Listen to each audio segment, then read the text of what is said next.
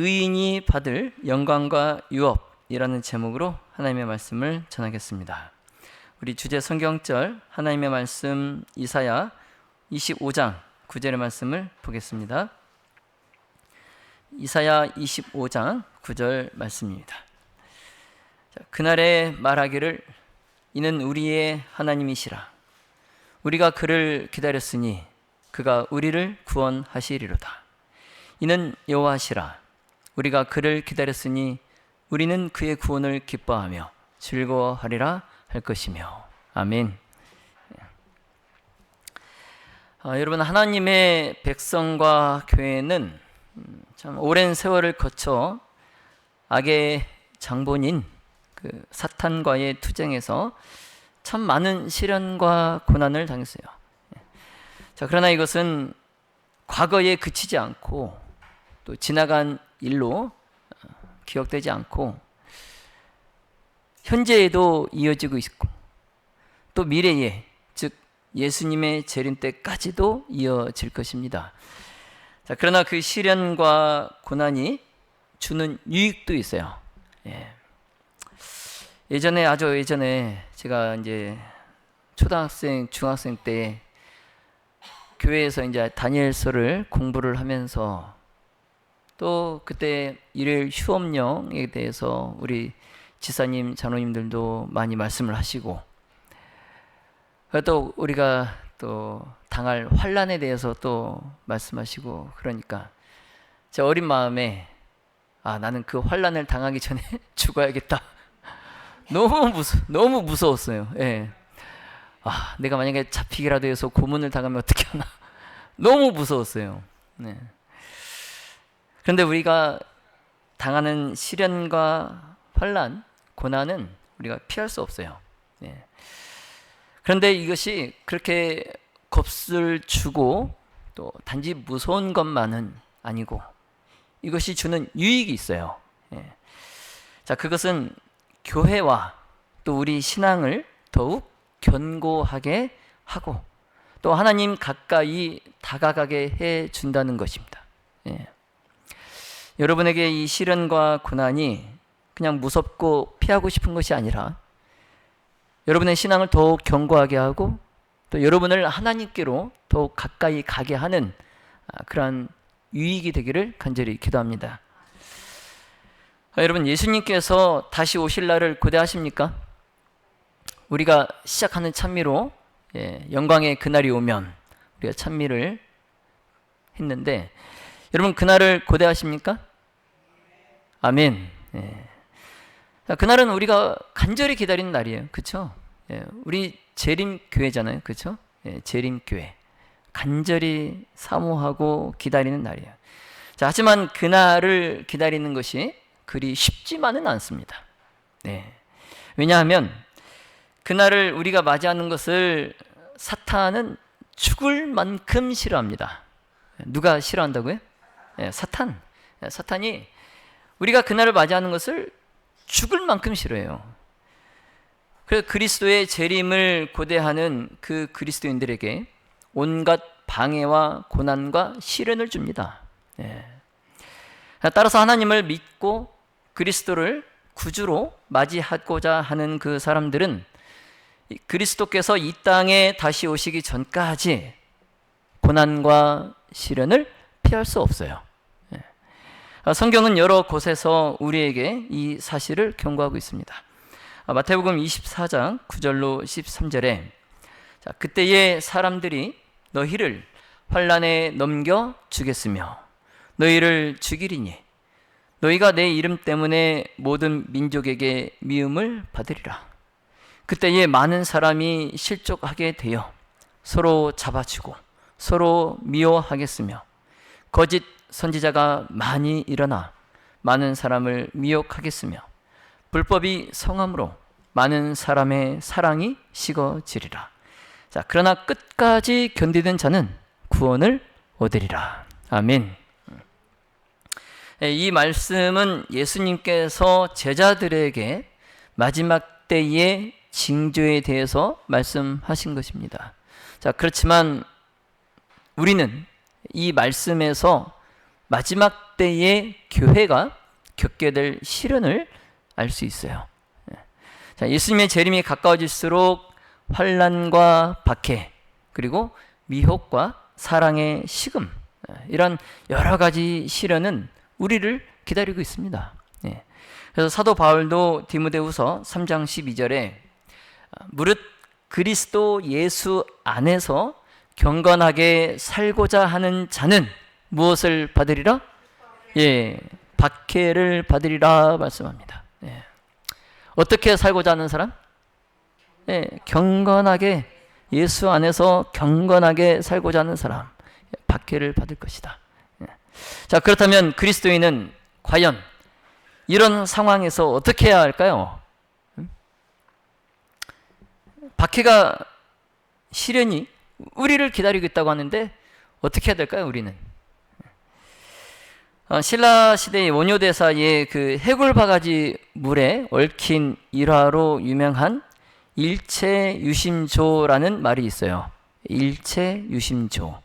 이 말의 뜻은 세상사 모든 일은 뭐에 달려있다?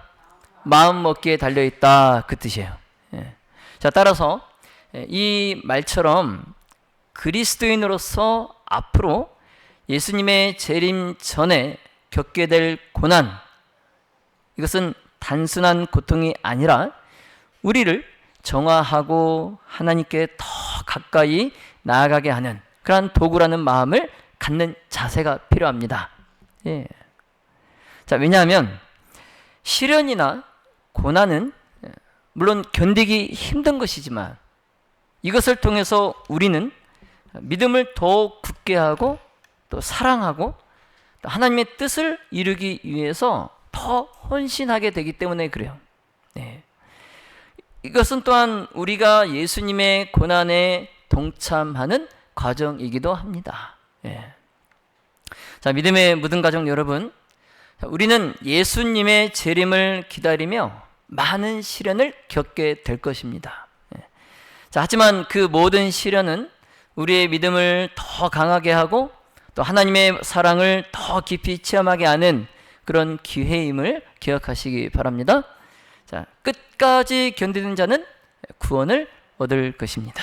자, 우리 모두가 함께 기도하며 또 서로를 격려하며 또 사랑이 식지 아니하고 하나님의 말씀을 붙들고 앞으로의 시련을 이겨내시기를 예수님의 이름으로 기도합니다. 자, 여러분, 그러므로 고난 중에서도 우리가 뭐 해야 될까요? 사도 야고보가 뭐라고 했어요? 시련을 기쁘게 여기라 그랬잖아요. 우리가 고난 중에서도 기뻐야 돼요. 시련 속에서도 소망을 잃지 말아야 됩니다. 자, 예수님께서 우리와 함께 하시면 그분의 재림의 날이 가까워질수록 더욱 주님께 가까이 나아가시기를 간절히 바랍니다. 하나님께서는 이 선지자들을 통해서 당신의 백성과 또 당신의 교회들에게 각 시대마다 투쟁이 계속 되어지고 또 그 앞으로의 투쟁이 이제 신속히 끝나고 현재의 시련을 견뎌내는 구속받은 의인들, 그 의인들이 약속의 땅을 차지할 그 미래의 영광에 대한 계시를 주셨습니다.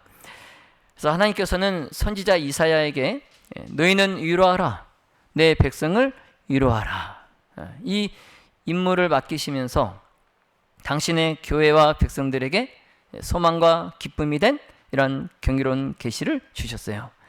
그래서 이사야 43장 1절로 3절에 우리가 잘 아는 말씀이죠.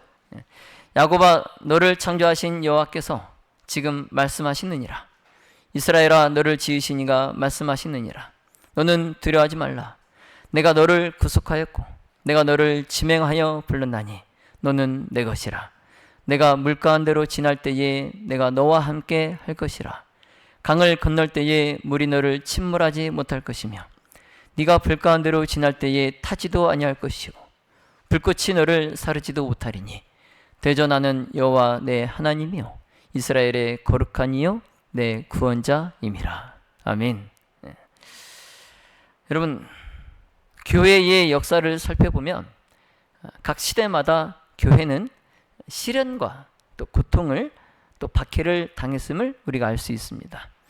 자, 그 이유가 혹독한 투쟁이 없이는 교회가 승리할 수 없기 때문에 그래요. 네.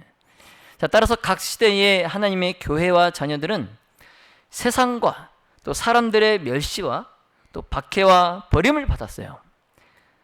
그래서 이사야 43장 1절로 3절에 이 같은 확실한 하나님의 약속, 이 약속으로 하나님의 백성들이 각 시대마다 그 힘든 시련의 시간을 견뎌냈어요.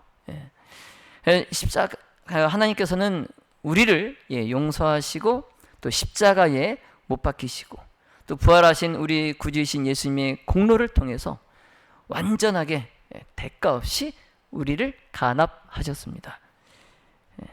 그래서 이사야 43장 25절로 26절 그리고 60장 16절에 나는 나를 위하여 내 허물을 도말하는 자니 네 일을 말하여 이를 나타내라. 네가 나 여호와는 내 구원자 내 구속자 야곱의 전능자인 줄 알리라. 아멘. 여러분, 그러므로 교회는 하나님의 이런 보증의 말씀을 가지고 그리스도의 의의 갑옷을 입고 최후의 투쟁에 들어가야 됩니다. 비록 교회가 이 최후의 그 구원을 얻기 직전, 그때는 악의 세력과 또 교회의 투쟁에 있어서 역사상 가장 어두운 시간이 될 것입니다. 가장 어두운 시간. 그래서 해가 뜨기 전에 그 미명에 가장 그 어두운 시간인 것처럼 우리가 이제 구원을 얻기 그 직전, 그 직전은 가장 혹독하고 가장 영적으로 어두운 시간일 거예요. 그러나 여러분, 걱정하지 마십시오. 하나님을 의지하는 자들은 아무도 이것을 두려워할 필요가 없어요. 자, 왜냐하면 이 박해자의 기세가 막 몰아치는 폭풍과 같을 때에 하나님께서는 당신의 교회에게 폭풍 중에 피난처가 되실 것이기 때문입니다. 자, 선지자 요엘은 하나님으로부터 큰 심판에 관한 계시를 그가 받을 때에 이 그리스도의 재림을 영접할 준비가 되어 있지 않은 자들의 그들이 당할 결과에 대해서 이렇게 기록하고 있습니다. 요엘서 1장 15절로 18절, 12절에 자, 구원받지 못할 자들이 당할 상황입니다. 자, 슬프다 그날이여 여호와의 날이 가까웠나니 곧 멸망같이 전능자에게로부터 이르리로다. 씨가 흙덩이 아래에서 썩어졌고 창고가 비었고 곳간이 무너졌으니 이는 곡식이 시들었음이로다. 가축이 울부짖고 소떼가 소란하니 이는 꼴이 없음이라. 양떼도 피곤하도다.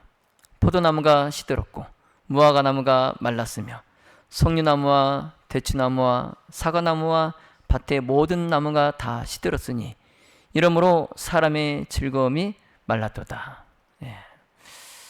자, 에레미야는 이 세상 역사의 이 마지막 장면 동안에 이루어지는 이 황폐를 바라보면서 내 마음이 아프다 그랬어요.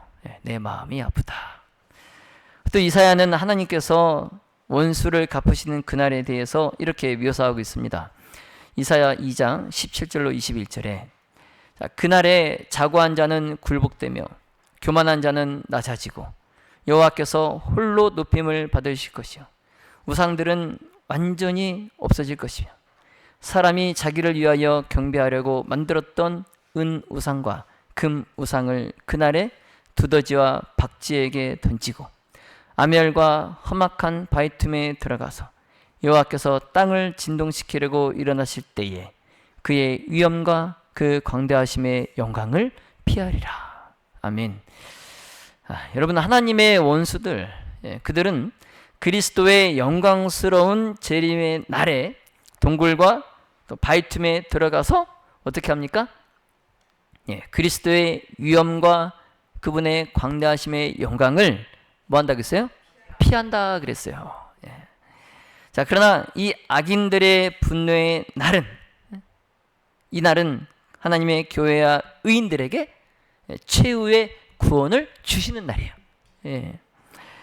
그래서 이사야 25장 8절에 주 여호와께서 모든 얼굴에서 눈물을 씻기시며 그 백성의 수치를 온 천하에서 제하시리라. 아멘. 네.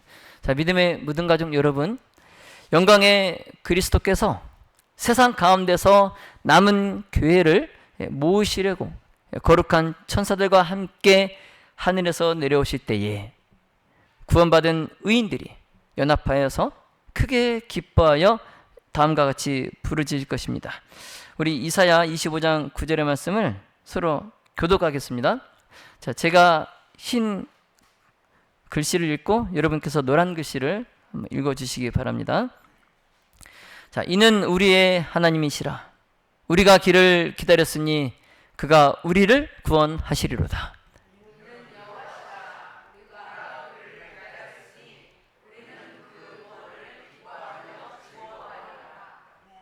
네. 좀 기뻐서 이 말씀을 이렇게 봉독하시면 더 좋았을 텐데. 예. 여러분, 살아서 그리스도를 맞이하는 사람들에 이어서 이제는 이 그리스도께서 누구를 깨우실까요? 예, 죽어서 그리스도를 맞이하는 성도들을 깨우십니다. 예. 그때 하나님의 아들의 음성을 듣고 그들이 무덤에서 나올 것입니다. 이사야 26장 19절에 주의 죽은 자들은 살아나고 그들의 시체들은 일어나리이다. 티끌에 누운 자들아, 너희는 깨어 노래하라. 주의 이슬은 빛난 이슬이니 땅이 죽은 자들을 내어 놓으리로다. 아멘.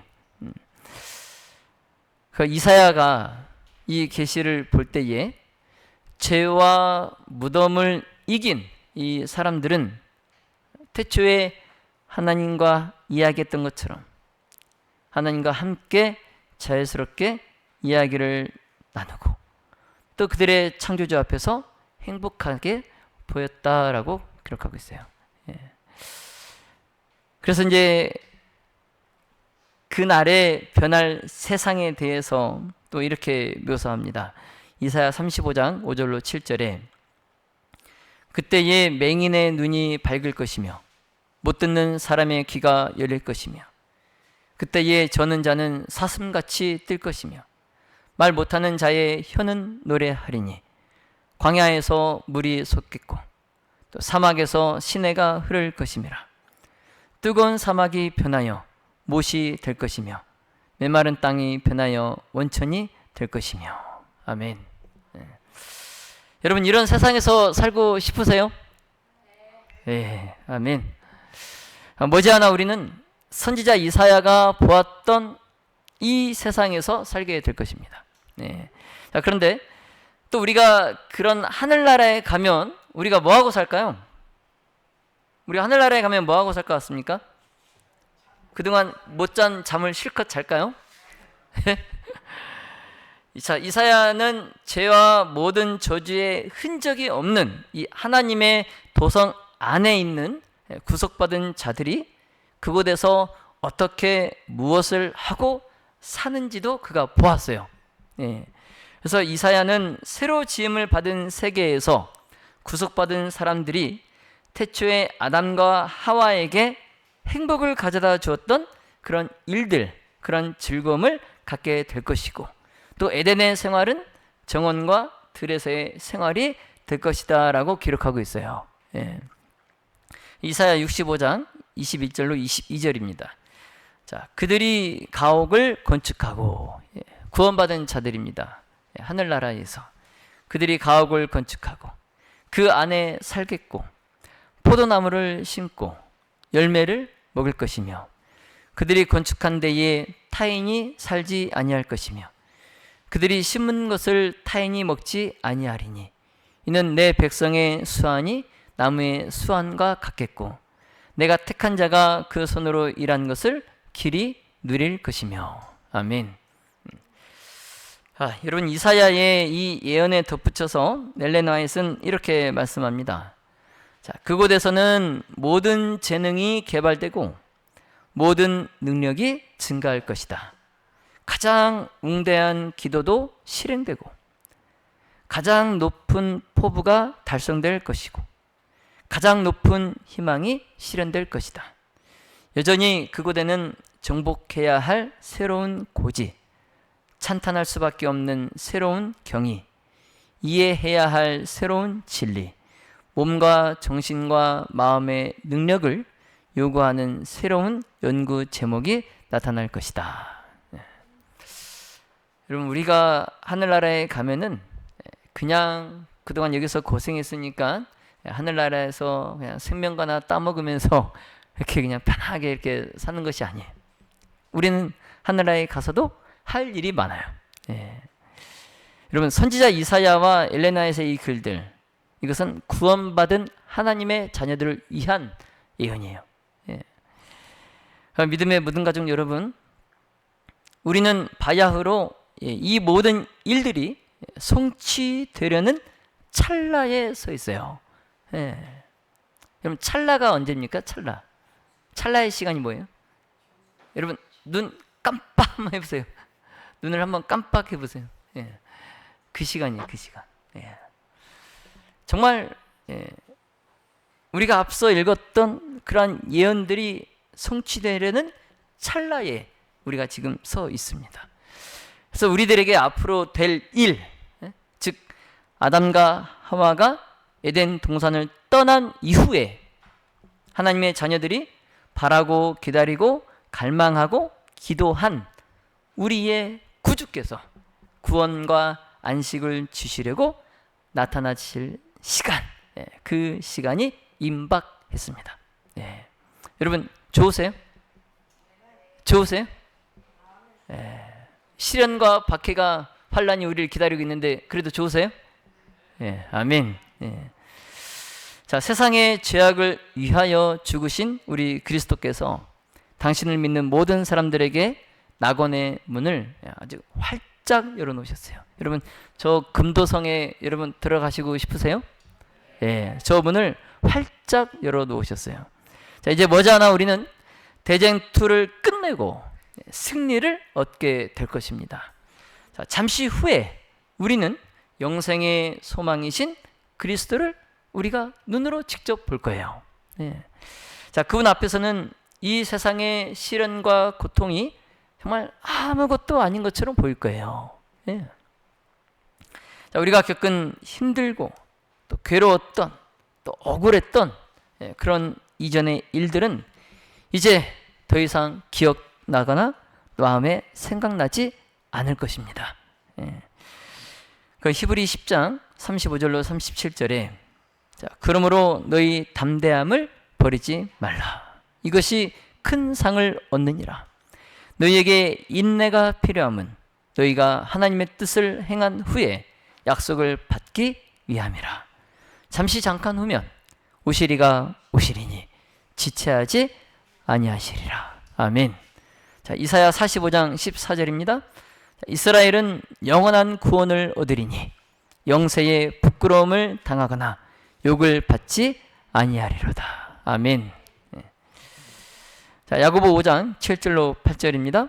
자, 그러므로 형제들아, 주께서 강림하시기까지 길이 참으라. 보라, 농부가 땅에서 나는 귀한 열매를 바라고 길이 참아 이른 비와 늦은 비를 기다리나니 너희도 길이 참고 마음을 굳건하게 하라. 주의 강림이 가까우니라. 아멘. 여러분, 힘들 때 위를 쳐다보시기 바랍니다. 위를 쳐다보고 여러분의 믿음을 계속 증가시키십시오. 자, 그리고 제7일 안식일 예수 재림기은으로서 이 신앙이 구속받은 이들을 위한 넓고 무한한 영광의 미래로 인도하는 그 좁은 길로 안내하게 하십시오. 자, 그리하면 구원받은 하나님의 자녀들은 모두 찬양과 감사로 옷 입게 될 것이고 또 하늘나라에서 한 가족이 되어서 행복하게 살 것입니다. 자, 믿음의 우리 모든 가족 여러분, 아무리 힘들고 괴로워도 이 모든 것을 주님의 이름으로 참고 견뎌내어서 다시는 죄도 없고 죽음도 없는 이 하늘나라에서 영원히 살게 되시기를 예수님의 이름으로 축원하며 말씀을 마치겠습니다.